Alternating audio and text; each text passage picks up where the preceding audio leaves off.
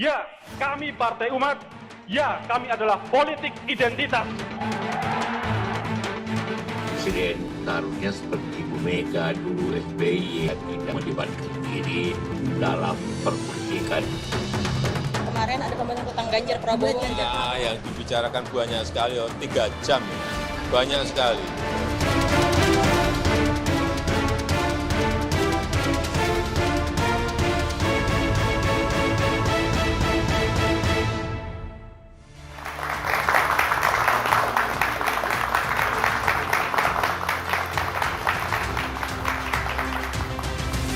Selamat malam pemirsa, Catatan Demokrasi malam hari ini hadir untuk membahas lebih jauh mengenai bagaimana konstelasi politik yang terjadi. Meskipun kurang dari 1 tahun kita akan memilih siapa orang nomor 1 di Republik ini, tapi nyatanya antar partai politik saling bertemu satu sama lain. Memang sangat cair sekali. Bahkan figur-figur yang sudah ditonjolkan. Ada nama Ganjar Pranowo, Anies Baswedan, dan juga Prabowo Subianto makin melekat satu sama lain. Dan publik juga ikut menilai rekam jejaknya. Apakah ini orang memang terkait dengan hal-hal yang berbau negatif atau memang semuanya sudah bersih, rekam jejaknya patut kita apresiasi dan aman. Karena bahasanya agak-agak sedikit sensitif. Ada yang mengaitkan dengan politik identitas ya Maria ya. Itu dia. Kalau kita lihat baru-baru ini juga makin gencar. Ada yang bilang say no to politik identitas, ada juga yang kemudian bergerak untuk melakukan hal tersebut. Terlebih lagi banyak pula gerilya dari elit-elit partai, elit-elit tokoh-tokoh yang akan disebut akan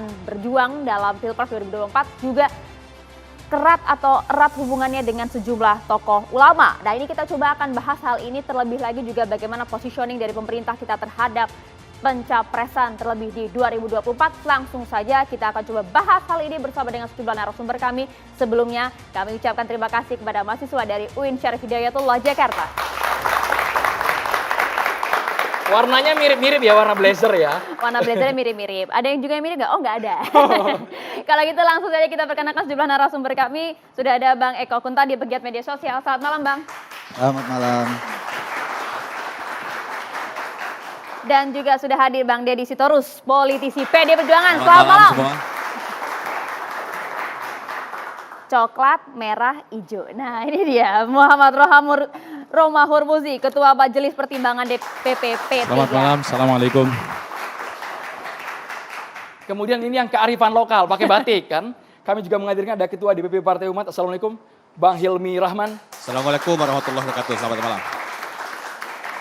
Warnanya biasanya yang satu ini oranye, tapi sepertinya ini coklat ini ya. Ketua DPP Partai Keadilan Sejahtera. Assalamualaikum, Bang Mardhani Alisera. Waalaikumsalam warahmatullahi wabarakatuh. Malam semuanya. Kemudian kami juga menghadirkan pendukung Anies Baswedan, Bang Syahganda Nainggolan. Assalamualaikum, selamat malam Bang Syahganda Nainggolan. Assalamualaikum, selamat malam semuanya. Terima kasih. Kita nanti juga tersambung via Zoom, ada Wakil Presiden ke-10 dan ke-12, Bapak Yusuf Kala yang nanti akan berinteraksi. Kami ingin tahu pandangannya soal bangsa ini, apalagi jelang Pilpres 2024. Langsung saja kita ke Bang Syahganda. Anies Baswedan selalu dikait-kaitkan dengan simbol-simbol agama, apalagi jelang Pilpres. Biasanya ada yang ngipasi Bang, wah Anies Baswedan. Apakah betul terkait erat dengan politik identitas? Itu pertanyaan kami. Ya, sebenarnya pertanyaan ini pertanyaan yang dangkal ya, karena Soekarno itu tahun 1926 sudah menjelaskan kepada bangsa kita tentang 3 identitas utama Indonesia ini, yang disebut sebagai nasionalisme, sosialisme, marxisme, dan islamisme. Dalam pandangan Bung Karno tahun 1926 itu di esainya, dan itu dia ungkapkan kembali dalam pledoi dia, Indonesia Menggugat, tahun 1930, pun sama, ya. Jadi kalau lihat misalkan dalam buku pledoinya Bung Karno itu ada disebutkan PNI itu, Marhen itu adalah anti riba. Coba lihat, kalau yang belum pernah baca, teman-teman mahasiswa baca itu. Kalau enggak di buku saya, karena saya buat buku, waktu saya di penjara kemarin, saya buat buku Menggugat Indonesia Menggugat. Jadi saya gugat pikiran Bung Karno. Tahun 1955, Indonesia itu sudah menghasilkan 4 utama politik identitas. Yang disebut sebagai Marhenisme atau PNI, yang kedua Masumi, yang ketiga PKI, yang keempat Nahdlatul Ulama, Partai Nahdlatul Ulama. Jadi Indonesia itu historis sifatnya, bukan ahistoris soal politik identitas itu. Di mana kita mempersoalkan persoalan politik identitas ini? Karena identitas itu memang dalam semua teori sosial itu penting untuk representasi. Baik identitasnya itu sebagai perempuan, sebagai orang miskin, sebagai buruh. Kalau di negara-negara industrial itu identitasnya buruh. Ya, kalau kamu ke Belanda misalkan, kamu identitas buruh itu bangga gitu. Di Inggris bangga, di Australia bangga, karena itu jadi identitas. Nah, di Indonesia ini kebetulan tahun 55 dikelompokkan 4 yang utama. Makanya kalau orang lihat Anies, lihat juga Ganjar. Ketika dia pidato pertama, pada saat Megawati mengumumkan Ganjar jadi calon presiden PDI, maka Ganjar mengatakan, saya akan meneruskan pikiran-pikiran Bung Karno. Coba yang belum baca, coba googling pidato Ganjar, saya akan meneruskan pikiran-pikiran Marhen. Marhen itu di mana? Marhen itu posisinya adalah sosialisme, marxisme. Kalau nggak ada marxisme, sosialisme, nasionalisme. Ya, jadi jangan orang alergi terhadap itu. Nah kalau misalkan Anies Baswedan diidentifikasikan sebagai bagian daripada Islam, dan Islam ini 90% masyarakat Indonesia, itu kan sah-sah aja. Apakah nanti kejadiannya sampai seperti 1955, ya, atau misalkan di antara itu silahkan. Tapi yang jelas ketika Anies Baswedan jadi gubernur DKI Jakarta, bukan sebelum gubernur, pada saat gubernur DKI Jakarta, tidak satupun serangan politik dari partai-partai oposisi di Jakarta yang mempersoalkan politik identitas dalam kegubernuran Anies. Yang dipersoalkan adalah I-Formula. Yang dipersoalkan adalah banjir Jakarta. Dia dipersoalkan adalah Anies kenapa tidak secepatnya memberikan sertifikat pada kasus pelumpang itu. Tidak ada, coba lihat, tidak ada. Jadi Anies itu kita lihat dalam rekam jejak, jangan dalam angan-angan. Ya, bahwa ada manuver-manuver pihak-pihak yang membuat panas tahun 2017 itu urusan lain. Tapi Anies pada saat 5 tahun dia berkuasa, ya dia mengatakan, ya kan, semua kelompok being equal. Tidak ada satu sama lain yang diprioritaskan. Oke. Ya, Bang, tapi kan residunya pada saat Pilkada DKI pada saat itu pengkotak-kotakan masih cukup jelas, bahkan kita tidak ingin itu terjadi juga pada Pilpres nanti. Ya, saya ini kan oposisi udah 9 tahun. Jadi saya tahu yang mulai itu siapa, bukan Anies. Yang mulai itu adalah pertarungan Jokowi dan Prabowo. Ya, jadi bukan Anies. Jadi yang mulai semua ini sebenarnya tanggung jawabnya Jokowi dan Prabowo. Yang memunculkan politik identitas itu. Ya, apalagi di Jakarta, misalkan Romi ya. Romi saya kira harus dibantah itu. Sebentar. Ini Romi ini adalah ketua salah satu tim intinya pemenangan Ahok di Jakarta. Iya dong. Ya, Romi itu Dibantah, Bang. Kita kan dukung AHY pada waktu itu. Oh iya yang waktu kedua. Enggak juga. Yang kedua itu Romi kan sering jalan sama Jokowi. Oh iya, kalau dengan Pak Jokowi satu hal yang berbeda begitu ya. Maksud saya. Ini kan tidak selalu Jokowi itu dengan Ahok. Enggak. Maksud saya gini, artinya sebenarnya ini politik identitas itu sudah berlangsung 10 tahun. Ya, ini harus kita sadari, jangan kita melakukan negasi, denial. Oke, ya, artinya tidak masalah ya untuk Anies and Tim ya? Enggak masalah, politik identitas bukan politik identitas yang disalah persepsikan. Politik identitas politik ya seperti kita itu, bahwa kita memang ada value dari setiap identitas. Kalau orang beragama, kalau orang berideologi, kalau orang bersuku-suku, itu memang pasti akan melahirkan suatu value dan dia pengen representasi. Sah-sah aja. Jadi gini, ini kan udah jauh narik sampai Bung Karno segala macam, nggak tahu tuntas apa nggak bacanya nih bangsa ganda. Karena begini, memang realitanya identitas itu melekat, embedded, inherent, tidak terlepaskan dari kita sebagai makhluk sosial. Tapi itu eufemisme. Sebenarnya yang kita tolak itu bukan politik identitas. Yang kita tolak adalah politik identitas yang digunakan untuk menyerang, not to promote. Yang kedua, dia kemudian jatuh jadi politik sara. Itulah yang terjadi yang kita lawan. Kalau politik identitas tidak akan pernah lepas dari manusia sepanjang berhadapan. Kasih contoh Nanti Bang, supaya sabar. tidak bias Bang. Kasih Loh, contoh itu supaya tadi. tidak bias. Loh, ini saya Muslim, ntar dulu dong habis saya ngomong. Nanti ada waktunya Anda ngomong. Berikan contoh. Bang Hilmi ditahan dulu, kita kesempatan ke Bang Kita Deddy tuntaskan sekarang. dulu, Bang Deddy. Bang Deddy Sitorus, silakan. Bang Deddy Sitorus, silakan. Kan identitas tadi Dituntaskan. jelas banyak. Bisa agama, bisa latar belakang, ya, bisa interest, itu bisa identitas Pak, gender. Anda mengingkari itu? Loh, saya bilang itu embedded, melekat pada diri manusia, Anda dengar gak sih? Tahu. Loh, persoalannya di jadi mana? pertanyaannya, loh, siapa yang bilang persoalan? Nah, Anda tadi mengatakan against. Bang Hilmi kita habiskan dulu. Oke, Anda bisa silakan. nyimak dulu Kesempatan nggak, Bapak, Baru? Bapak Ya. di sini. Iya. Baik. Anda juga harus Sehat menyampaikan. kan? Kita bergantian. Sehat Mas ya? Oke, silakan. Ah, kalau sehat diam dulu nanti gantian kita ngomong. Ya. Jadi tidak bisa dilepaskan yang namanya politik identitas itu. Karena itu melekat dalam diri manusia sebagai makhluk sosial. Oke? Yang menjadi persoalan adalah ketika identitas dijadikan untuk memecah belah, dijadikan untuk menyerang dan itu berdampak. Ya.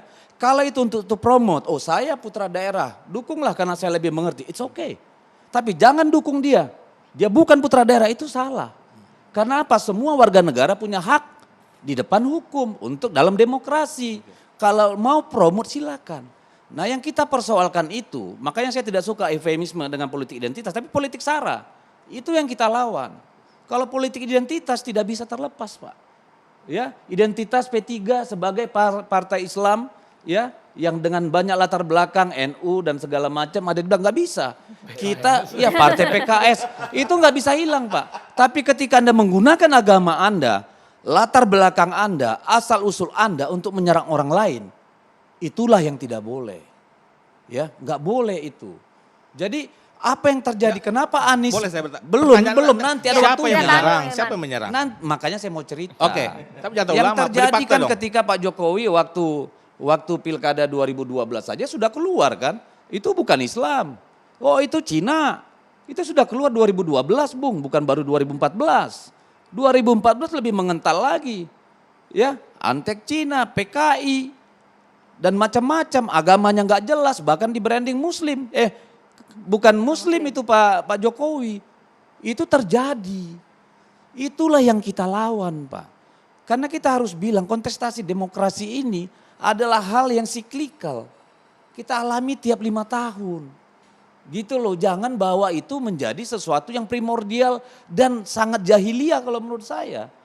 Kembali kepada sekat-sekat itu karena bangsa ini sudah disepakati berdiri atas pluralisme. Atas keberagaman suku, agama, latar belakang. Bang Deddy, apakah Saya orang Batak bisa dipilih di Kalimantan Utara yang orang Dayak.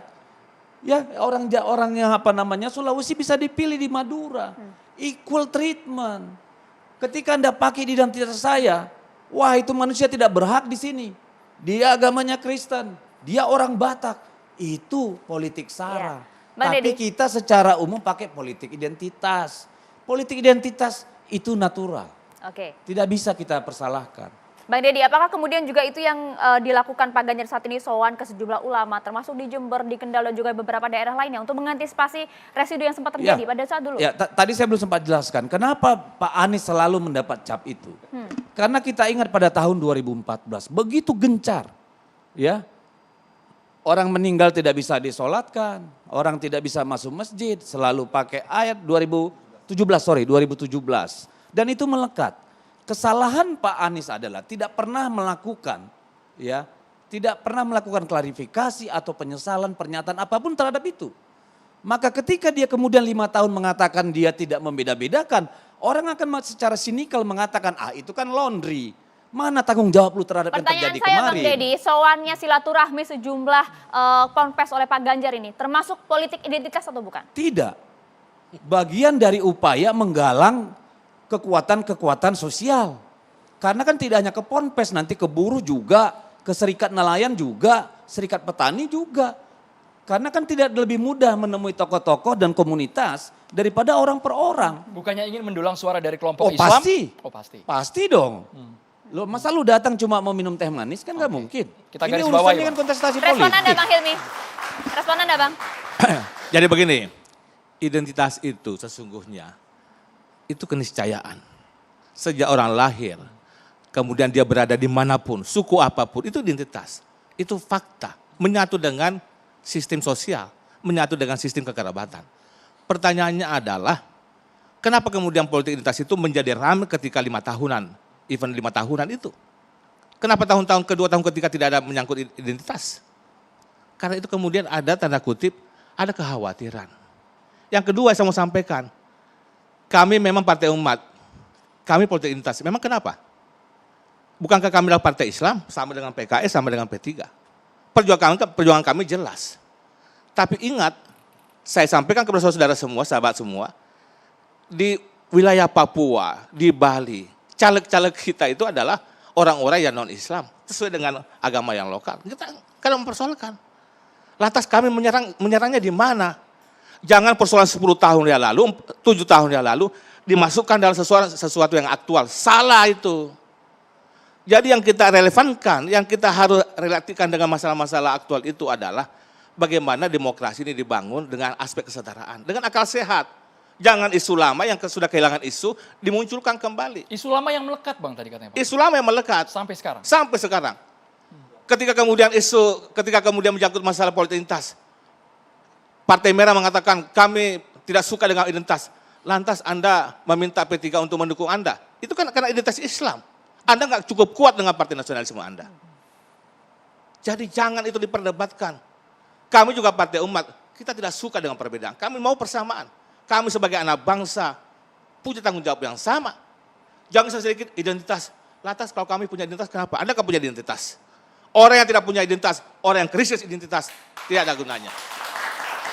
Jadi tidak usah alergi dengan politik identitas maksud Partai Umat. Sesaat lagi kita ulas hanya di catatan demokrasi pemirsa. Tetaplah bersama kami.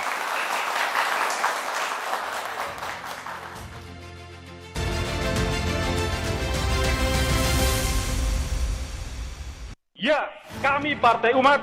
Ya, kami adalah politik identitas. Presiden taruhnya seperti Ibu Mega, dulu SBY, tidak melibatkan diri dalam perpolitikan. Kemarin ada pembentukan Ganjar Prabowo. Nah, yang dibicarakan banyak sekali, 3 jam. Banyak sekali.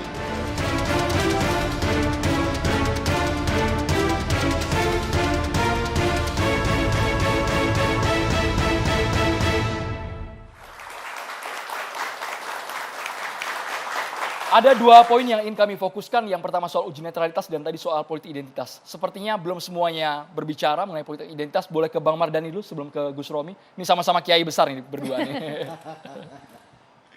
Netralitas ya? Identitas. Oh, identitas.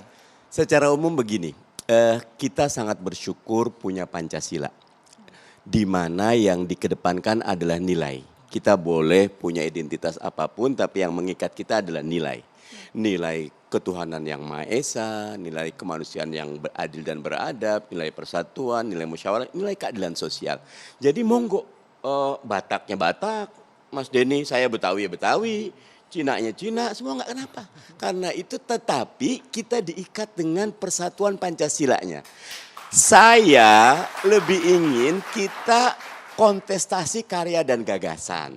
Nah ke depan nih misal nih, Anies apa sih visinya untuk menata perekonomian biar tumbuh 7%.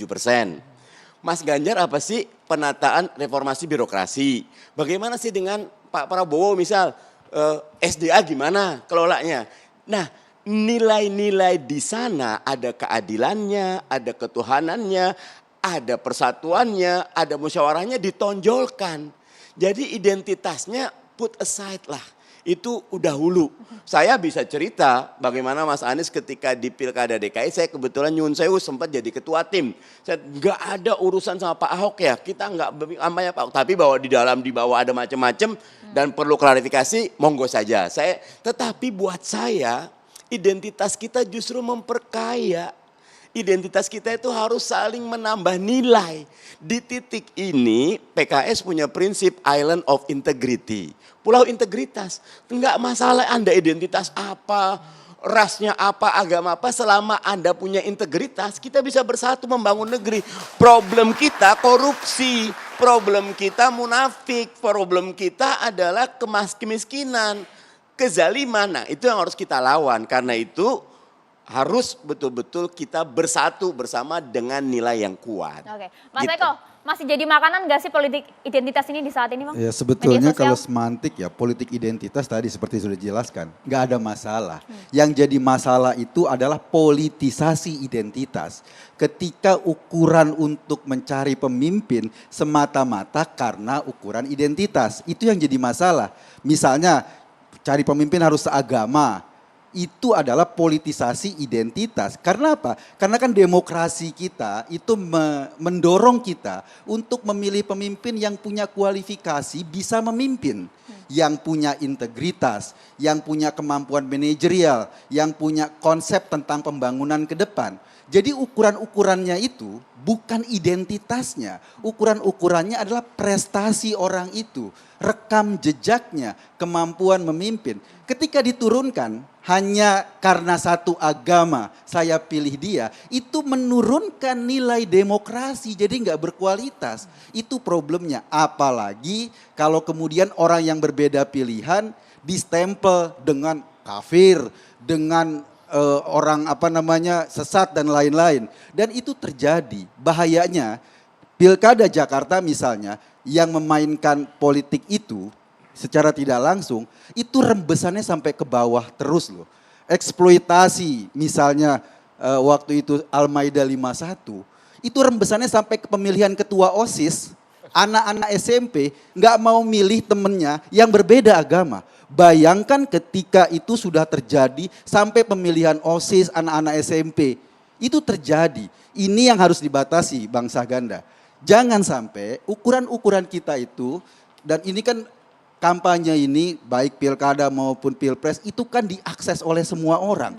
Ketika ini dijadikan ukuran, lalu mereka menerapkan pada skup-skup terkecil, kita sudah memecah belah bangsa ini.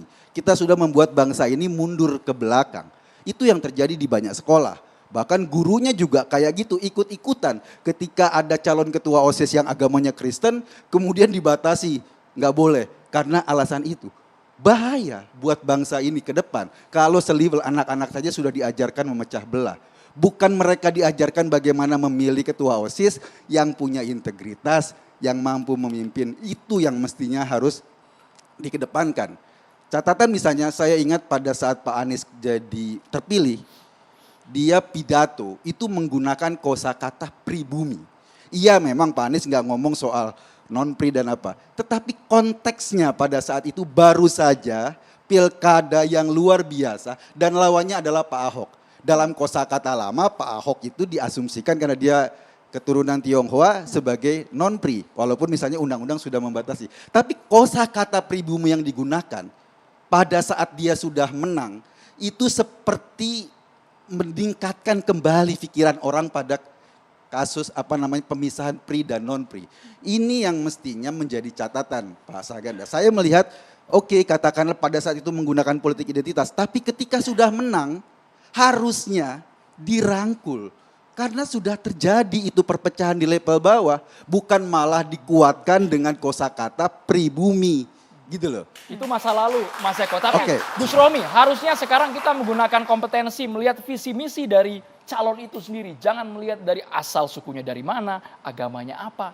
Itu yang harusnya publik pikirkan. Seperti apa pandangan Anda? Setuju, karena saya selalu menyampaikan dalam banyak pemikiran saya di media, di podcast, dan dalam diskusi-diskusi di WA Group bahwa ini 3 calon pasangan presiden, atau 3 calon presiden yang akan muncul berdasarkan survei hari ini kan Pak Ganjar, Pak Prabowo, dan Pak Anies. 3-tiganya sama-sama muslim. 2 kepala daerah, 1 menteri. Lebih dari cukup stok mereka untuk berbicara visi dan misi. Jangan kemudian kita mengangkat soal ini sholat, yang lain gak sholat. Ini sholatnya bolong-bolong, ini sholatnya rajin begitu. Kemudian itu digunakan untuk ukuran kepemimpinan dia layak atau tidak. Kami partai Islam. Ya, tetapi pada sisi yang lain, kita ketika memilih pemimpin, bahkan di dalam Al-Ahkamus Sultaniyah, di dalam kitab yang menjadi salah satu rujukan untuk tata negara dalam hukum Islam sekalipun, seorang pemimpin yang ahli maksiat itu masih memiliki hak untuk ditaati sepanjang dia tidak melarang kebebasan beragama. Jadi ini persoalannya adalah kualitas dan kapasitas memimpin. Ketika kita berbicara kualitas siddiq, amanah, fatonah, tablik sebagai ukuran seorang pemimpin, bukan kesalehan yang diambil, tetapi integritas dia Dan ini yang harusnya menjadi penglihatan dan fokus kita bersama terhadap 3 calon presiden yang nanti akan muncul ini. Jadi jangan kemudian menyoal, wah yang ini nggak beres ini karena suka lihat film bokep misalnya begitu yang kemudian diedarkan di media sosial. Yang ini nggak beres karena anaknya nggak pakai jilbab begitu. Jadi ini bukan ukuran. Karena nggak pakai jilbab pun memimpin juga nggak ada masalah begitu. Di dalam Islam juga itu masih menjadi perdebatan meskipun saya tentu meyakini bahwa jilbab itu wajib. Tetapi ada juga yang menganggap jilbab itu tidak wajib. Jadi jangan hal-hal yang sifatnya primordial apalagi yang sifatnya furu'iyah di dalam agama, cabang-cabang bukan yang merupakan usul, itu kemudian dipersoalkan hanya untuk memilih seorang pemimpin. Mari kita lebih dewasa, ya, mari kita lebih dewasa karena musuh kita ada di luar Indonesia sana, bukan di antara sesama negara Bang kita. Romi. Begitu. Saya komen dikit aja. Yang pertama tadi terkait dengan OSIS yang Islam bukan Islam. Mas Eko, yang tidak bermasalah jauh lebih banyak. Ya, yang tidak bermasalah. Tapi yang bermasalah ini perlu kita telusuri akarnya. Yang pertama. Yang kedua kalau buat Mas Romi, nyun sewu kalau saya ala tiga-tiganya baik, yang satu sholat terapi, saya pilih yang sholat terapi. Gak ada masalah. Tapi saya tidak menjelekkan yang 2 ini. Gak ada masalah. Itu preferensi gitu loh. Sehingga yang paling penting memang bagaimana ada kontestasi yang sehat dan segera Indonesia keluar dari kemiskinan, keluar dari ketidakadilan, keluar dari middle income trap. Dan karena itu kontestasi karya dan gagasan harus kita dorong. Jadi gini, pertama kan kita lihat rekam jejak orang. Di mana orang itu disebut berpikirnya fakultatif atau general. Seorang ketua senat mahasiswa di kampus, atau seperti saya di ITB, saya adalah aktivis utama Student Center ITB, itu sudah pasti itu berbeda dengan orang yang aktif di masjid. Dan Anies itu adalah ketua senat mahasiswa UGM. Ya, ini anak ITB, Romi, tahu kalau dia di Student Center itu artinya dia orang general. Kalau dia di senat mahasiswa pasti orang jenderal. Kalau dia di HMI atau dia di GMI dia dianggap fakultatif. Jadi kalau orang misalkan yang tidak pernah di senat mahasiswa, dia harus lihat lagi apakah dia pernah aktif di KNPI misalkan. Untuk melihat dia memang diterima dalam kepemimpinan yang sifatnya jenderal itu. Dan Anies itu dibandingkan Jokowi, dibandingkan Ganjar, dibandingkan Prabowo sudah mencapai tingkatan pemimpin di tingkat yang umum, di kampus yang plural, ya di UGM itu sebenarnya nggak usah dipertanyakan lagi. Jangan. Kemudian dia ini ikut terlibat dalam tim Jokowi ya sebagai juru bicara waktu Pilpres pertama. Kemudian dia dicalonkan oleh Prabowo dan lain-lain. Itu dia itu sosoknya nggak berubah. Bahwa tadi kita persoalkan adalah circumstance. Kita mempersoalkan lingkungan apa yang menyebabkan adanya yang disebut oleh Eko tadi politik identitas. Eko kemudian memblame bahwa itu adalah kejahatan atau kerusakan dari kubu sini. Kita bagaimana membuktikannya? Saya kasih tahu, 2 riset. Satu namanya Cambridge Analytica. Ya, yang kedua adalah majalah terbesar di Eropa namanya The Guardian. Itu meriset. Buzzer itu adanya di situ, bukan di kelompok saya, bukan. Coba aja baca Guardian itu. Tim buzzer Ahok itu berapa banyak? Coba lihat, baca, googling Guardian. Jadi kita jangan asbun. Coba googling yang namanya Cambridge Analytica. Jangan ketawa. Yang namanya saya ketawa dong dulu. Mas. Jangan karena gitu. kita bicara realita. Bukan realita itu. Kalau Anda itu, punya medsos, aktif di medsos, Anda akan tahu betapa luar biasanya yang namanya Muslim Cyber Army, ya. Pasukan-pasukan buzzer yang menghajar Jokowi, Ahok, yang memuja-muja Anies. Jadi nggak usahlah menyalahkan. Gitu. Dan Anda juga tidak bisa pakai pengalaman dia waktu mahasiswa. People change. Waktu mahasiswa it's okay. Waktu dia di Paramadina it's okay. Kalau dia tapi begitu pilgub, he has nothing to say. Dia tidak pernah mempertanggungjawabkan, tidak pernah mengklarifikasi, tidak pernah minta maaf soal politik SARA pada waktu itu. Kita bicara sekarang. Kalau saya ini kan mau minta yang netral itu adalah diteliti oleh Cambridge Analytica dan diteliti oleh Guardian, ya bahwa itu buzzer itu ada di sarangnya Jokowi. Jadi jangan dibalik-balik dulu, jangan dibalik. Nggak gitu, Nah, nggak gitu. tunggu. Nggak gitu, beritanya nggak Itu gitu. influencer itu ada di sana, di-ban oleh negara. Bang. Bahkan untuk Bang, kasus. Anda harus bedakan Ya. influencer ya dengan buzzer-buzzer itu. Influencer yang dalam konteks Cambridge Analytica itu adalah pemerintah. Itu bukan pemerintah Indonesia saja yang menggunakan influencer untuk memperkenalkan program-program negaranya. Memang banyak gitu loh. Tetapi bukan dalam konteks itu berbeda. Ya Anda baca dulu Guardian itu. Iya sudah. Ya kan itu sudah kan dilihat perdebatan lama Bang. Itu perdebatan lama. Yang lama. sudah kita selesaikan. Itu fakta bahwa yang disebut permainan-permainan jahat di media sosial ini. Enggak Bang. Ini dimulai bukan di rejim Jokowi. Bang, pada saat Ya, 2017. Kalau tadi Deddy Sitorus fitnah. misalkan mengatakan. Itu Bukan fitnah. bahwa buzzer-buzzer dan yang menyerang hanya kubu Jokowi. dan saya Berarti nggak- Anda nggak pernah punya medsos. Bukan, saya Nggak pernah punya medsos, akun. melakukan Ya, kritik sosial, ditangkap tidak. sama rejim Jokowi. Ya, tidak. Bang, Mbak, inilah. Jangan terlalu Anda flashback tahu dan nggak jadi kasusnya? pengalaman Kita ini pribadi ya Bapak-Bapak. kita Bang, gini Bang. loh. Kita bahas Kita masa malam hari kini, ini. kita bahas Kita masa sebagai kini. Kita bahas masa tokoh kini. harus pintar-pintar memilah-milah Ya. persoalan, bukan mencampur aduk. Memilah-milah Jadi persoalan. biar jelas gitu loh. Dalam Memilah-milah konteks persoalan 2017 keributan itu bukan cuma di medsos. Keributannya di lapangan Bang. Ada jenazah yang nggak disolatkan itu keributan di lapangan Oke, Bang. Bang, kita begini. tutup Maaf, sudah boleh kenangan tuh. masa Boleh lalu. tuh. Kita tutup sudah Di kenangan masa lapangan, lalu. bukan di Eko, medsos. please, Eko, please. Kita kembali ke topik kita kali Kamu ini, jangan Bang. melihat itu ada satu pihak seolah-olah itu ruang Nggak, kosong pihak problemnya lain. siapa yang diuntungkan Enggak, dalam ada. Kami keributan khawatir itu. Bapak-Bapak diuntungkan. untuk Bang seperti ini digoreng lagi Pak Oke, jelang pilpres. kita jeda terlebih dahulu Ya. ya. Catatan demokrasi masih akan kembali untuk Anda sesaat lagi.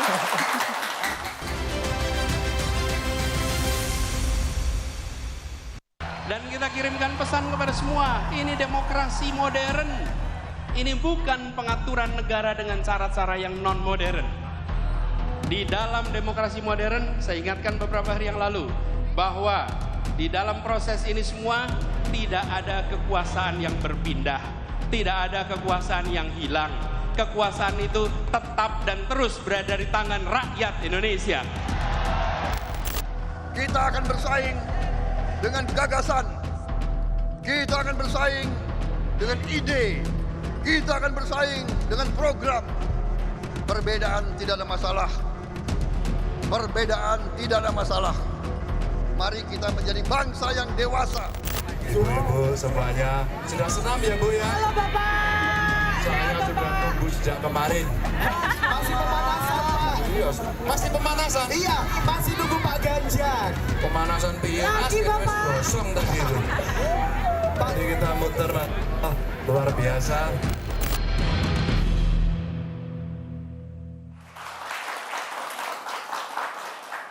Ya, diskusi kita semakin seru. Kalau gitu langsung saja kita libatkan juga anak-anak muda yang sudah hari sini, para mahasiswa, untuk bisa bertanya langsung kepada sejumlah narasumber kami. Silahkan.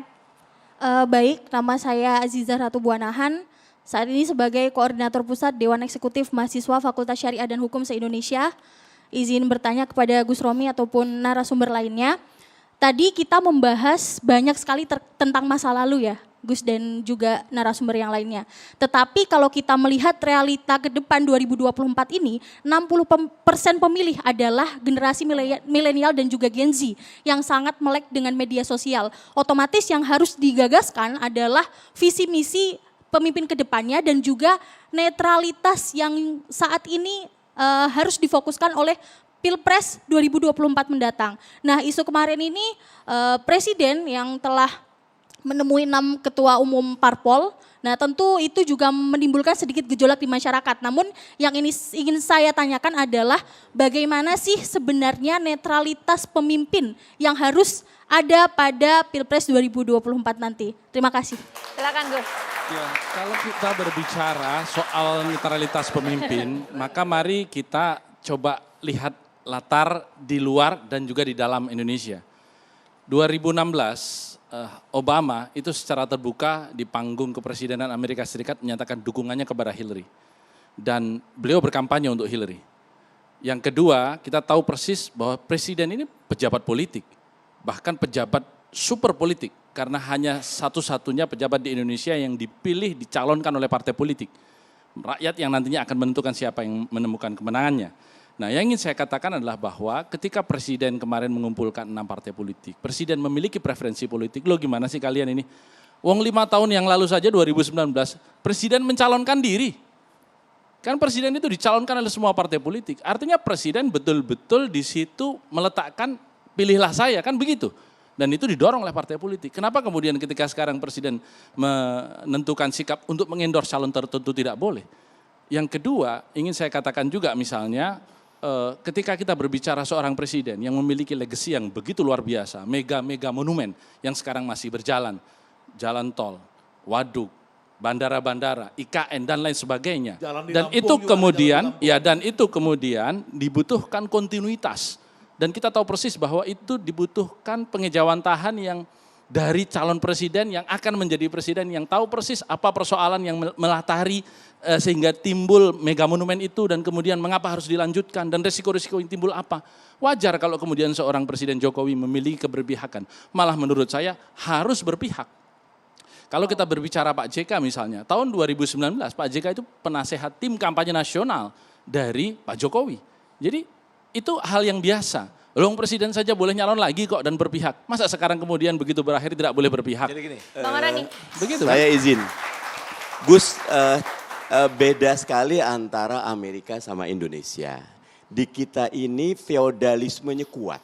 Ketika presiden menyatakan seperti itu, saya malah melihat ini etikanya bermasalah sekali.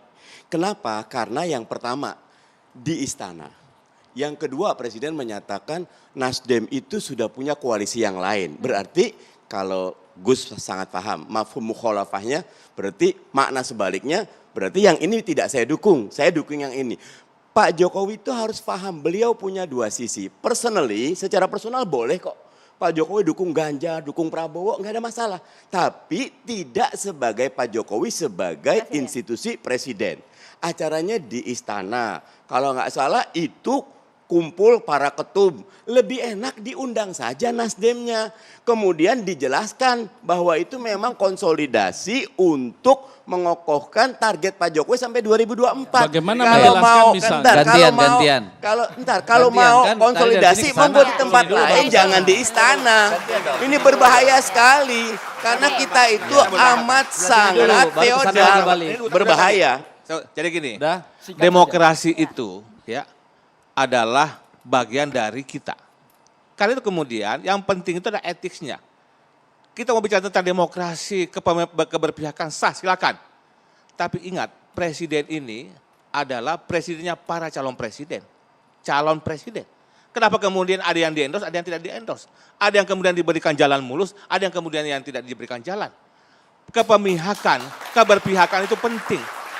Tapi ingat, demokrasi itu adalah sirkulasi elit. Jangan dia berpikir hari ini berakhir kekuasaannya, masih ingin berpikir bagaimana siapa pengganti saya. Tugas Anda seorang presiden, akhir kekuasaan ini dengan memberikan kesempatan kepada yang lain. Itu tugas Presiden bagi seluruh calon presiden, Bang Deddy. Oh enggak dong.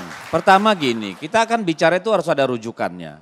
Kita bicara misalnya rujukan best practices di negara-negara demokrasi. Dalam hal ini Amerika. Presiden Amerika yang sedang menjabat itu biasa mengendorse calon-calon dari partainya. Tadi seperti disebutkan ya, Obama mendukung Hillary. Waktu zaman Bill Clinton dia sempat dukung Al Gore, tapi karena kemudian mereka berbeda pendapat dia nggak mau ikut kampanye. Itu kalau kita mau merujuk pada demokrasi. Jadi tidak, ntar dulu dong Bang.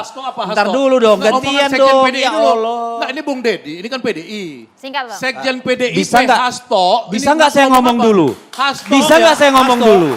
Tadi udah mengatakan, ntar lu. Singkat saja. Bisa ngomong dulu. Satu detik. Saya bisa ngomong dulu nggak? Mengatakan saya bisa ngomong dulu nggak? Bukan urusan politik, tapi urusan pembangunan.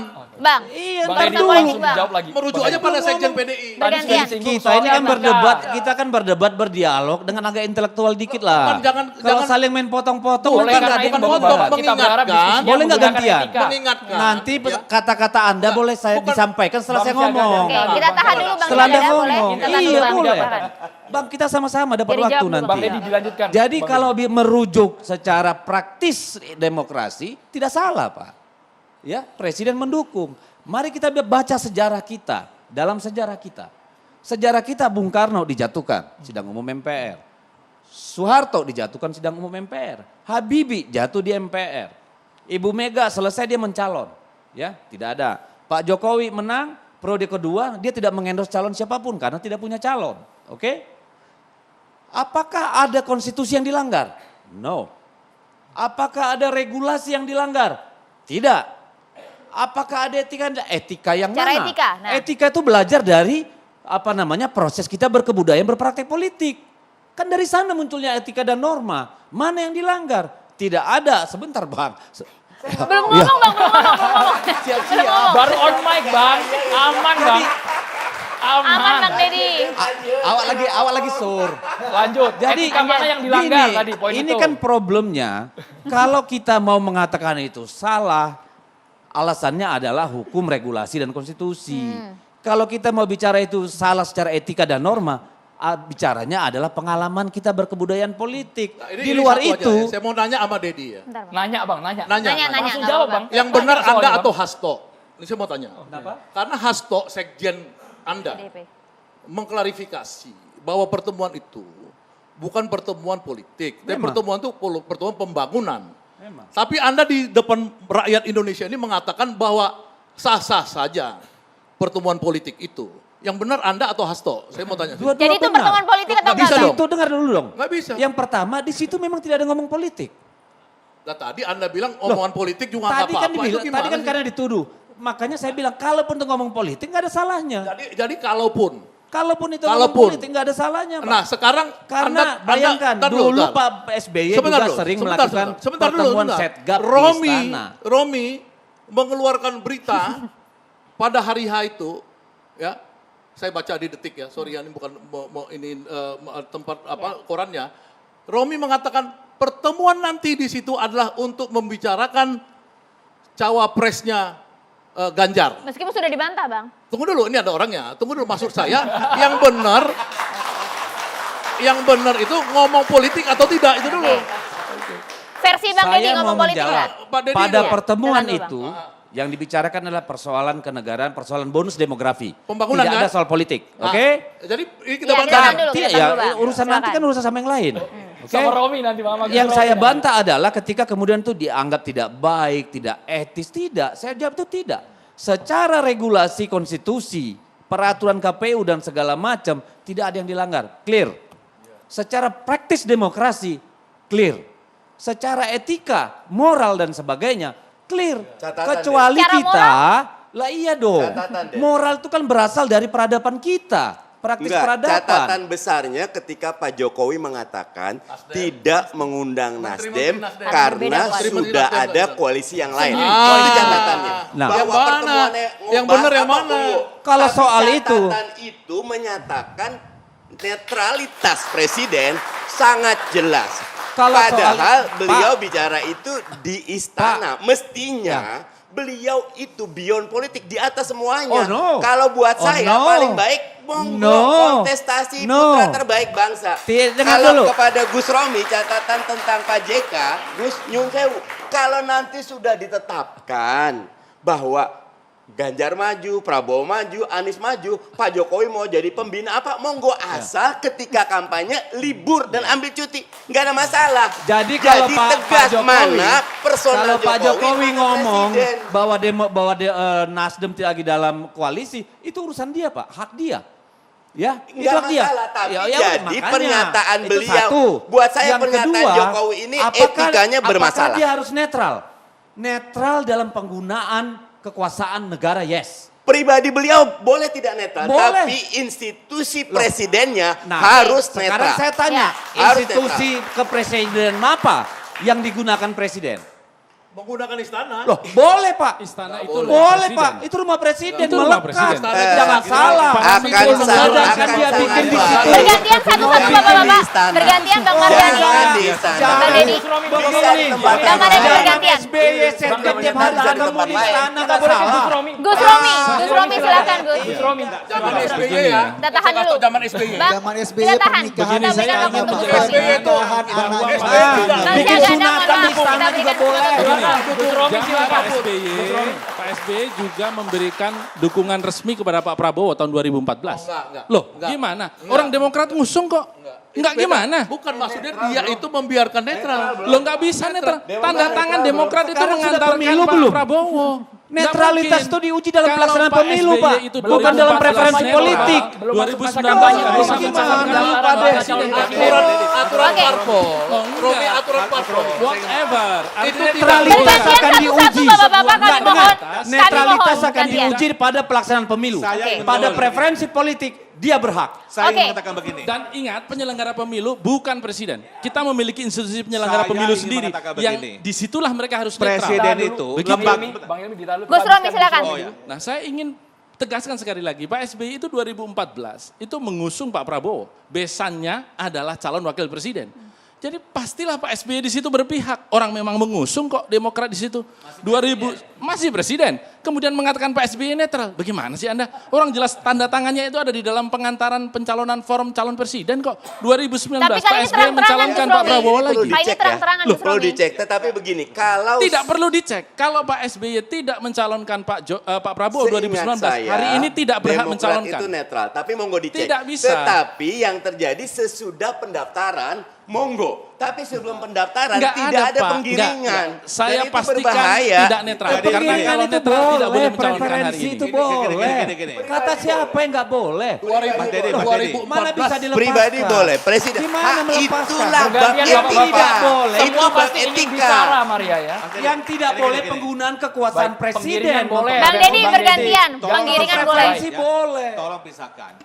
Kalau kita tidak paham tentang perspektif kelembagaan, jangan melihat presiden itu adalah dimensi kelembagaan. Salah.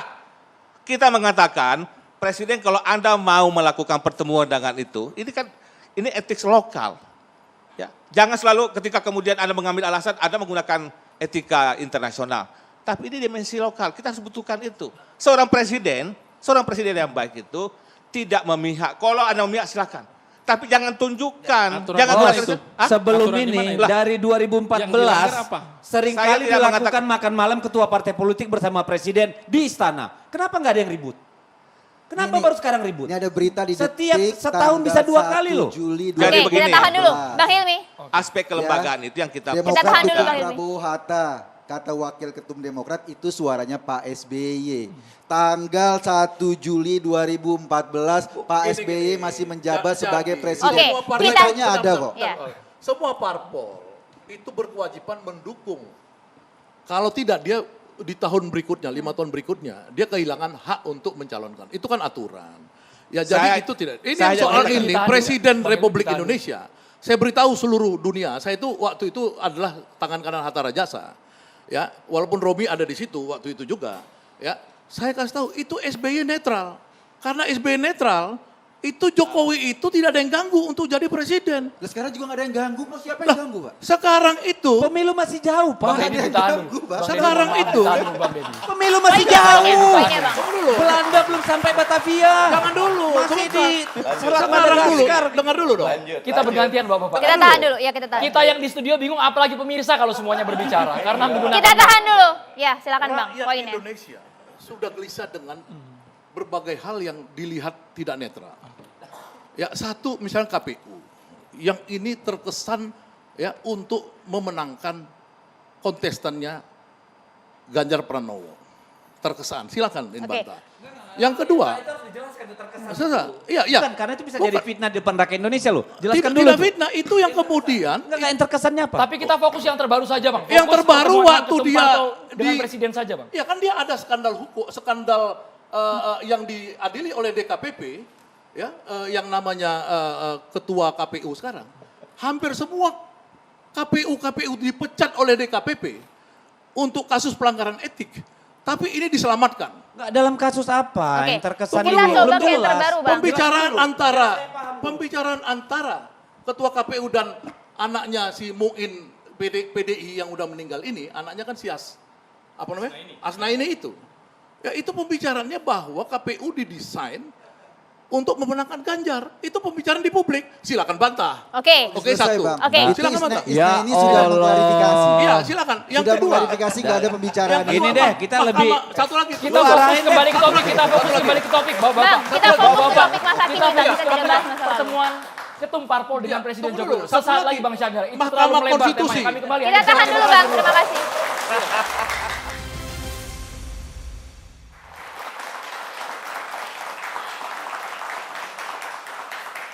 Baiklah Bapak-Bapak, tadi kita sempat memperbincangkan soal netralitas Pak SBY pada saat 2014. Daripada kemudian debat kusir nih, kita langsung klarifikasi bersama dengan Bang Herzaki selaku Kepala Badan Komunikasi Strategis dari Demokrat. Selamat malam, Assalamualaikum Bang Herzaki. Ya, selamat malam Mbak Maria. Ya Bang Herzaki, jadi tadi kita sempat berbincang nama Pak SBY disebut-sebut karena kita sedang membicarakan mengenai uji netralitas seorang presiden saat menjabat. Betulkah pada saat 2014 Pak SBY juga sempat mendukung Pak Prabowo pada saat itu yang mencalonkan diri bersama Hatta Rajasa? Inilah kalau ada yang berupaya memutarbalikkan sejarah gitu. Jelas-jelas dan tegas sekali kalau Pak SBY menunjukkan sikapnya sebagai seorang negarawan di tahun 2014 itu. Bagaimana kita bisa ambil contoh saat deklarasi Prabowo Hatta misalnya. Pak SBY itu ketum Partai Demokrat ketika itu. Ya, tetapi beliau memilih untuk diwakilkan oleh petinggi Partai Demokrat lainnya. Ada Pak Syarif Hasan. Karena beliau tidak ingin posisi beliau saat itu yang juga seorang presiden ya dianggap mengendorse salah satu capres. Karena bagi beliau pemilu 5 tahunan itu bukan hanya kegiatan rutin belaka yang harus dilaksanakan, melainkan kegiatan yang merupakan ajang perwujudan kedaulatan rakyat yang benar-benar dijaga, yang memiliki nilai-nilai, yang mengutamakan nilai-nilai demokrasi, ya, kesetaraan, kejujuran, dan keadilan gitu. Sehingga netralitas atau objektivitas seorang presiden itu harus di atas segalanya gitu. Nah ini yang kita bisa sama-sama cermati gitu. Ya kalau misalnya dulu apakah ada misalnya presiden mengendorse si A atau si B atau si C secara terbuka, atau bahkan kemudian di depan publik mengaku bahwa tidak mengundang partai tertentu karena kalau misalnya mengundang nanti akan membahas mengenai ketahuan dong strategi koalisi yang lain di istana. Loh ini kan telanjang sekali menyampaikan kalau di istana itu dipakai buat membicarakan mengenai pilpres ke depan dan calon penerusnya gitu. Nah ini yang tidak kita temukan di figur Pak SBY dulu. Tapi ya ini kan suatu pilihan. Ya suatu pilihan kalau Pak SBY memilih untuk menjadi negarawan seperti halnya Ibu Megawati. Ya kan? Tetapi ya kalau Pak Jokowi memilih jalan yang lain ya silakan saja. Baik. Gitu. Tapi harapan kita tentu Pak Jokowi bisa menjaga netralitasnya. Pak Jokowi itu kita apresiasi loh. Karena waktu itu ketika beliau menyampaikan beliau turut tunduk dan mengikuti ya kan keputusan ketum PDIP itu ketika momentum Bu Mega yang memutuskan capres PDIP adalah Pak Ganjar. Lah itu momentumnya benar. Di situ Pak Joko Widodo hadir sebagai anggota PDIP di forum PDIP di tempatnya PDIP. Gitu loh. Makanya silakan dia berbicara mengenai aspirasi politik, keinginan politiknya secara pribadi. Bukan katakanlah di Istana Negara atau katakanlah pada saat jalan-jalan kunjungan kenegaraan malah mengendorse menteri ini, menteri itu. Nah ini Bang Herzaki, tapi posisi SBY tadi langsung ditepis ya Bang Nggak, Herzaki. aku 2014 Bang Deddy. Saya mau ngomong gini aja. Saya mau ngomong begini. Setiap presiden melakukan aktivitasnya, istana itu kediamannya. Dia mau ngomong politik di situ, mau ngomong pembangunan di situ, mau silaturahmi di situ, itu boleh. Sebutkan saya larangan mana yang bikin tidak boleh.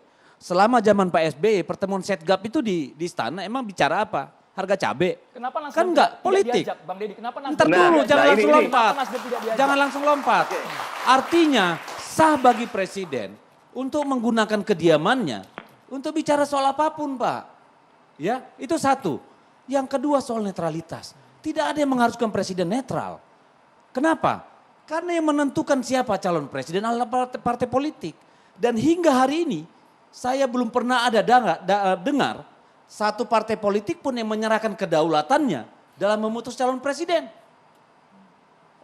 oleh presiden. Coba Apakah presiden yang menunjuk Pak Prabowo jadi calon presiden? Tidak. Apakah Pak Jokowi yang menunjuk Ganjar jadi presiden? Enggak. Apakah Pak Jokowi yang menunjuk Anies jadi presiden? Tidak. So what? Jadi kita ini jangan aneh-aneh. Bikin aturan, ini tidak netral, ini tidak berpihak. Come on, rujukannya apa? Mari kita bicara, aturan kah, etika kah, norma kah? Jangan persoalkan yang nggak ada masalah. Hanya karena persoalannya adalah ini periode kedua Pak Jokowi. Kenapa kemudian ikut cawe-cawe untuk periode ketiga? Siapapun kemudian pelanjutnya. Mending lebih menyiapkan laporan pertanggungjawaban yang baik, perencanaan yang baik, apakah terkoneksi antara ekonomi dengan perencanaan pembangunan yang ada? Saya mau nanya, cawe-cawenya di mana? Lah, bahwa dia punya, mungkin lebih baik usung si A, si B, boleh nggak? Boleh. Saya tanya, boleh. Boleh. Satu, Oke. itu dulu, kita selesaikan dulu. Yang kedua. Lalu, siapa yang akan memutuskan? Dia tuh presiden. Ntar dulu, siapa yang akan memutuskan? Anda juga nggak boleh mendikte saya. Loh bukan, saya kan minta jawaban. Bukan begitu. Yang akan memutuskan partai politik. Yang salah. Pertanyaan Anda salah. Lalu gini, lalu kita harus bedakan antara preferensi pribadi yang merupakan hak asasinya dia dengan soal netralitas dalam penyelenggaraan pemilu. Ini dua hal yang berbeda. Sebentar. Saya tetap kembali kepada pernyataan Pak Jokowi bahwa Nasdem tidak diundang karena sudah punya koalisi yang lain. Salahnya di mana? Salahnya adalah bahwa itu jelas menegaskan tidak netralnya Pak Jokowi untuk 2024. Kekhawatirannya apa? Itu kekhawatirannya ini antara apa namanya pernyataan dengan kesimpulan gak nyambung. Bukan. Karena apa? Pernyataan bahwa dia bukan satu koalisi lagi dengan netralitas dalam penyelenggaraan pemilu itu dua hal yang berbeda. Kagak nyambung. Ngambilnya ketika Pak Jokowi lagi-lagi saya kutip bahkan ketika dia bahwa Nasdem sudah tidak dalam koalisi kita, berarti koalisi ini tidak akan melawan Anies. Nah itu hak prerogatif presiden menentukan siapapun yang menjadi koalisi dia atau bukan. Gus Romi, kita ke Gus Romi. Mau ketemu apa boleh, tapi pernyataan politik ini berbahaya. Bahwa presiden tidak netral berbahaya sekali. Saya ingin menyampaikan apa sih sebenarnya yang disampaikan oleh Presiden pada pertemuan kemarin dengan para ketua umum. Ini konsisten.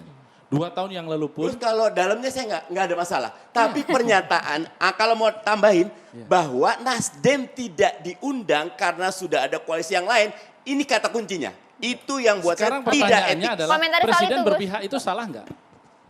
Sebagai pribadi tidak salah, tapi acara itu di istana dengan kediaman cover presiden bahwa di istana. Seluruh koalisi presiden. Alangkah baiknya kalau di tempat yang lain, tidak di istana.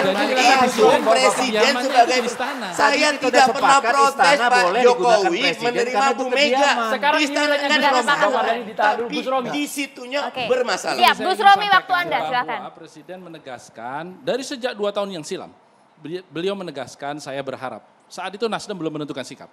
Saya berharap ini disampaikan kepada Ketua Umum kami, waktu masih Pak Soeharto, dan sekarang pun disampaikan kepada Ketua Umum kami, Pak Mardiono. Saya berharap, Mas, seluruh koalisi pemerintahan hari ini juga menjadi pengusung presiden berikutnya. Karena saya membutuhkan kesinambungan mega-mega monumen yang sudah saya lakukan dan belum selesai. Yang kedua, silahkan siapa yang mau jadi presiden, siapa mau jadi calon wakil presiden, dan format koalisinya seperti apa. Itu presiden membebaskan. Tetapi yang prinsip ada penerusan tanggung jawab atas 10 tahun pembangunan yang belum selesai ini. Apakah kemudian Anies Baswedan tidak akan melanjutkan itu yang akan diusung oleh PKS dan juga Demokrat? Loh kok nggak urusan Jokowi? Urusannya Pak Jokowi adalah memastikan bahwa IKN yang sudah dirancang sedemikian rupa itu betul-betul berjalan dengan sempurna pada saatnya. Kemudian kita berbicara kereta cepat, kita berbicara mega-mega proyek yang lain yang belum selesai. Itu bukan urusan Pak Jokowi, serahkan kepada presiden berikutnya. Loh iya, itulah kenapa kemudian memangnya Pak Jokowi akan menentukan presiden berikutnya. Presiden itu 10 tahun meneruskan ini begitu. Masih mau cawe-cawe untuk 12 tahun, 13 tahun akan datang. Serahkan kepada presiden. Pak, salah. Tunggu dulu. Presiden itu. Tunggu dulu. Jadi pilihan presiden berikutnya itu rakyat, Pak. Pak Jokowi itu. Sama, Pak Jokowi juga ini menerima kekuasaan dari rakyat. Partai.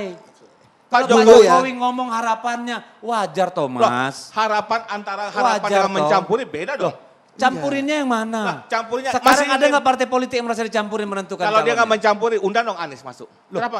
Loh, dia sebagai Urusannya sama Anies Loh, apa? Loh, Emang dia partai politik? Dia 10 tahun. Emangnya dia partai ketua umum partai politik? Maksudnya undang koalisi perubahan, Bang. Enggak. Undang koalisi Ini perubahan kan- juga di Jadi ketahuan nih. Ini kan soal paham nggak? jealous Bentar, ini. Mas Eko. Anies jealous nggak Kita tahan diundang dulu, Bang Nasdem Syaganda. jealous. Kan soalnya itu Mas akhirnya. Eko, Mas Eko. Mas Eko. Tunggu dulu. Bergantian supaya pemirsa di rumah bisa Ini mendengar bab dengan tenang. etika. Saya masukkan dulu. Yang Tahan Ini dulu, Bang. bab etika. Yang saya lucu, Tidak Bang ada jealous. Mardhani ini mempersoalkan kenapa Presiden menyatakan Istana. Nasdem tidak lagi dalam koalisi. Ya haknya Presiden dong. Karena koalisi atau enggak kan prerogatifnya Presiden. Enggak, itu hak Apa presiden, masalahnya? Tapi itu dalam konteks 2024 nanti pilihan ini berbeda. Oh, enggak ada. Dan itu berbahaya. Dengar dulu. Presiden itu Dengar harus dulu jadi dong. kompas Presiden moral. menyatakan sekarang etikanya harus kuat. Dan karena Presiden itu bilang pilihan sekarang lainnya Nasdem sudah tidak di koalisi kita lagi. Itu yang dikatakan Presiden, ingat dulu. Benar, Iya kan? itu bermakna Soal 2024 itu urusan kita bahwa partai-partai bukan urusan pilihan Presiden. Nasdem itu tidak Tuntaskan sesuai. Jadi gini. Jadi persoalannya ini kan, kita ini percaya mana? Bahwa seorang presiden di istana negara memakai fasilitas negara, minum-minum kopi, kemudian AC istana apa segala itu. Ini bukan rumahnya ya istana. Digunakan oleh seorang presiden, karena presiden itu kan kepala negara juga. Oke, jadi ini masalah lokasinya Kenapa atau di pembahasannya? lokasinya? Lokasi ya, Dia oke. pergi aja ya ke tempat PDI itu, markas PDI, ya silakan. Jangan tanya SBY atau apa, enggak jangan. Oke, kita Itu jawab pokoknya kalau gitu. tidak Saya jawab. etis. Bang, siap. Seorang presiden dan tidak bisa dibandingkan dengan Obama. Bang Syaganda, terima kasih. Ya. Permasalahan Tidak lokasi, etis. Bang. Kalau nggak Kalau dibandingkan lokasi. dengan Obama, kita ngerujuk kemana lagi? Masa ke negara komunis Cina? Yang Bener kedua. aja dong, satu. Yang kedua. Sekarang gini, Pak Yang kedua. SBY berkali-kali diundang ke istana ngopi-ngopi ngeteh.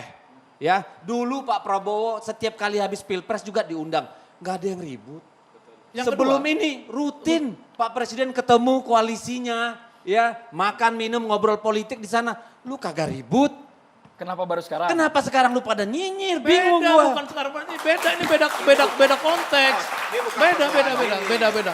Apa bedanya presiden kemarin minum-minum sama partai politik halal bil halal dengan kemarin selama 8 tahun ini bertemu berdiskusi ngomong politik dengan ketua-ketua partai koalisinya. Boleh, saya sedikit. Hal yang sama dilakukan Boleh sedikit, SBY ya? dengan Oke. Setgap. Nah, ini satu lagi. Karena Presiden Jokowi ini adalah presiden yang paling kacau dalam soal kekuasaan karena dia mulai dari awal.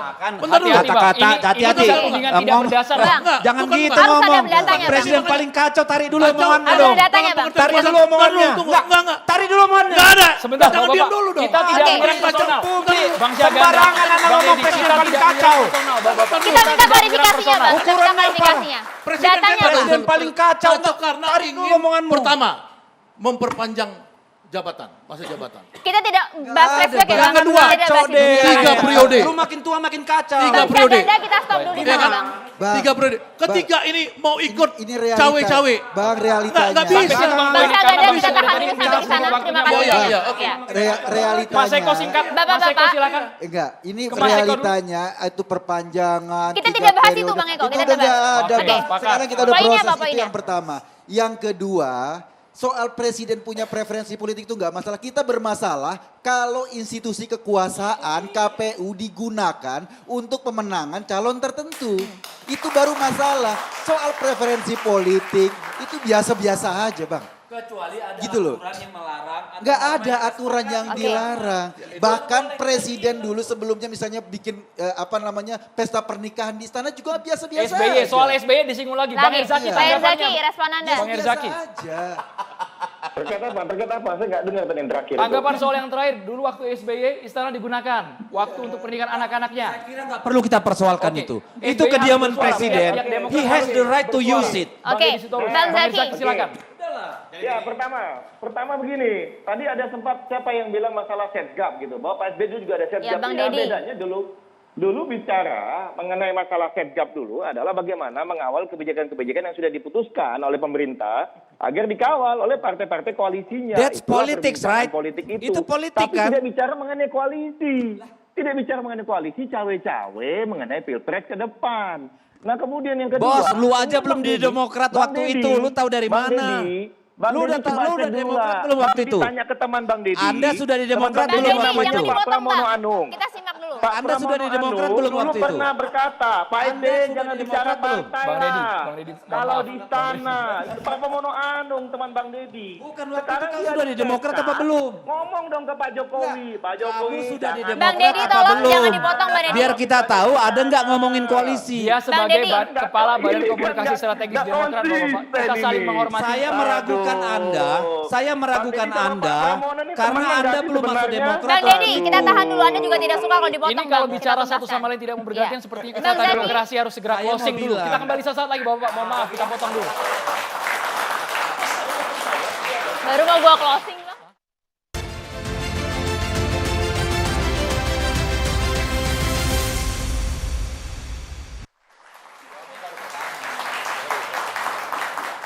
Ya pemirsa, di studio Catatan Demokrasi sudah hadir Kiai Haji Sumarno Syafii. Assalamualaikum Pak Kiai. Assalamualaikum warahmatullahi wabarakatuh. Assalamualaikum warahmatullahi wabarakatuh. Para pemirsa Catatan Demokrasi di mana Anda berada, para narasumber yang tidak saya sebutkan satu persatu namanya, tidak mengurangi rasa hormat dan cinta saya. Alhamdulillah pada kesempatan malam hari ini kita sudah mengikuti perdebatan tentang Pilpres yang akan datang. Padahal ini baru dicalonkan, belum mencalonkan. Baru dicalonkan saja, jagat dunia maya ramainya bagaikan Rusia dan Ukraina. Yang satu memfitnah, yang satu menggunjing, yang satu buat pencitraan. Inilah demokrasi Indonesia. Tapi yang lebih penting adalah kita ambil hikmah. Yang utama dan pertama adalah Allah nyatakan dalam Al-Quran. Innallaha ya'murukum an tu'addul amanati ila ahliha. Ketika kita ingin memberikan amanah kepada orang yang nanti mengemban amanah kita, pilihlah pemimpin yang memegang amanah yang betul-betul mereka adalah orang ahlinya. Sebagaimana kita memimpin imam dalam sholat, bukan yang tua, tapi adalah a'lam wa afsah. Orang yang lebih mengerti dan lebih fasih. Yang mengerti wawasan dan memiliki gagasan.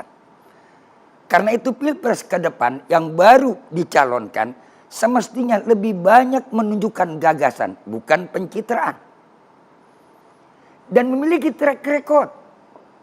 Bukan sekedar odong-odong. Jalan sono, jalan sini, lari sono, lari sini. Barat orang main poli yang kagak jelas kemana bola dia tuju. Saya kadang maaf tertawa dan mimpi.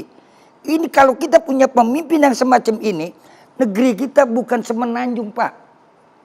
Ini adik-adik mahasiswa kita sudah mengerti. Sekarang kita 38 provinsi. Lihat angka pengangguran kita, bagaimana ekonomi ke depan bangsa kita. Bagaimana budaya kehidupan kita, bagaimana kesinambungan pembangunan yang harus ditopang ke depan.